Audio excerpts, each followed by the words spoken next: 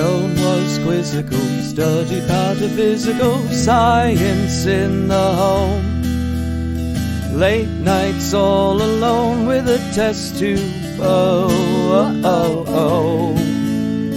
Maxwell Edison, majoring in medicine, calls her on the phone. Can I take you out to the pictures, Joe? Good day, everyone, and welcome to the Daily Sweep. I'm your host, Anthony Longhair Leclair, and I'm joined by my fabulous co-host, the marvelous Marla, the Mouse McHardy. What's up, everybody? We have a question for you. Did you know that on this day in 2011, a former Miss Canada finalist became the very first person in the world to graduate with a master's degree in the Beatles? A master's in the Beatles. That is correct. That's interesting. Like, what do you, like, my question is, like, where do you take that? Like, what do you, like, I mean, I'm sure you could go, like, work at, like, a museum or something like that and be, like, a Beatles historian, which is really kind of cool. Also, like, I can't imagine, okay, like, I am a Beatles fan, and I consider myself to know a fair amount about the Beatles, but I can't imagine doing a master's degree on the Beatles. That's crazy. Yeah. Well, apparently Canadian singer Mary Lou Zahalin Kennedy, who was 53 at the time, was one of the first students to sign up for the course on the Fab Four when it launched at Liverpool Hope University in 2009. So, okay. Yeah. So it's in Liverpool. That makes sense. Well, yeah. Yeah. I mean, fair enough. See, when you said where to take that, I thought you meant, like, where do you take it for work? Yeah, that's what I meant. Oh, okay. Yeah, I was going to say, because literally where you take it is in Liverpool. But, yeah, so the quote-unquote groundbreaking course looked at the studio sound and the composition of the Beatles and how Liverpool helped to shape the music, as well as examining the significance of the music of the Beatles and their impact on Western culture. See, that's kind of cool. And as somebody who is a music nerd, like, I feel like I would do that. maybe not, but, like, it's still kind of cool. I have a book you might like. Yeah? Yeah, it's the Gospel According to the Beatles. So it's like, it's just all the Beatles philosophy, essentially. Cool. It's pretty cool. Yeah, that sounds awesome. Yeah, so that was on this day in 2011. Someone graduated with a master's in the Beatles for the very first time. Well, damn. And then, so Maxwell Silverhammer has nothing particularly to do with the fact that, other than it's the Beatles, and I picked the song out because people are studying, and I was like, oh, someone studied for their masters for the Beatles, and people are talking about study. It's also talking about murdering people with a hammer, but yes. I mean, that's besides the point.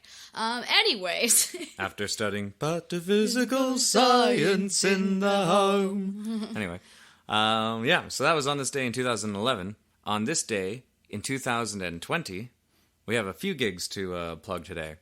We do. So first and foremost, those in the North Bay area, if you didn't know, Cecil's Brewhouse and Kitchen has undergone some, I can't fucking speak today, I don't know what it is.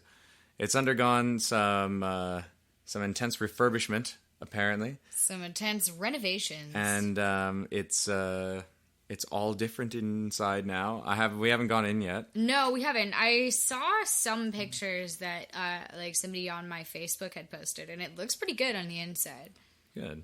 So that being said, with all the new interior, you should check out Wills Waxxie there tonight.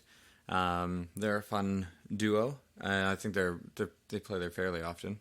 Well, they play in North Bay fairly often anyway. Yeah, I've seen their name thrown about. Yeah.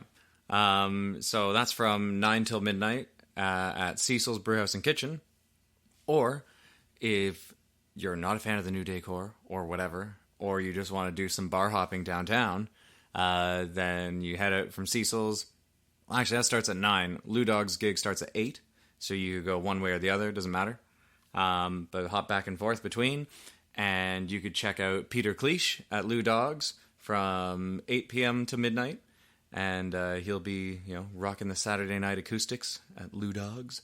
Well, there you go. Both of those bars are just down the street from each other. So, yeah, you could absolutely check out both of those. Yeah, so you just skip back and forth and have some good food and drink from either side and make an evening of it. If you're bored with one of the Wills Waxxie songs, go check out some Peter Cliche. Once you get bored with some of his music, then head on back to check out Wills Waxxie. Which if you have musical ADHD like I do. Yeah, it's perfect because it'll take you 3 minutes to walk down. So you've already walked the length of a song. You get there, you check out the other place, you grab a $5 shot of Jamie from Lou Dawgs, and then you fuck off back to Cecil's, another length of a song to go back over there. You get one of their home brews. It's perfect. There you go. Your evening is planned out for you already. If you're in the North Bay area. If you're not, and you happen to be in the Toronto area, if you're anywhere else, I guess you're fucked. But or you can find your own music gigs.